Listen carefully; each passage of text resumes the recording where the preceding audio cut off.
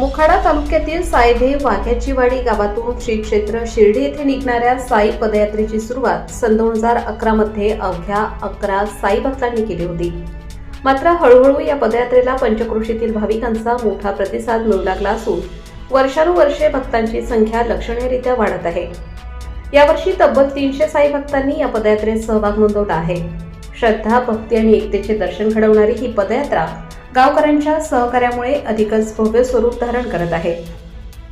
या पालखी सोहळ्याचे अध्यक्ष जगन झुगरे, उपाध्यक्ष विठ्ठल हडोंगा, सचिव राहुल झुगरे, खजिनदार नामदेव गिरे, तसेच मोहन हडोंगा, हिरामण झुगरे, काशीनाथ झुगरे, संतोष गिरे यांच्यासह ग्रामस्थ मोठ्या संख्येने सहभागी झाले आहेत. ही पदयात्रा भक्तिभाव, शिस्त आणि सामाजिक ऐक्याचे उत्तम उदाहरण ठरत आहे.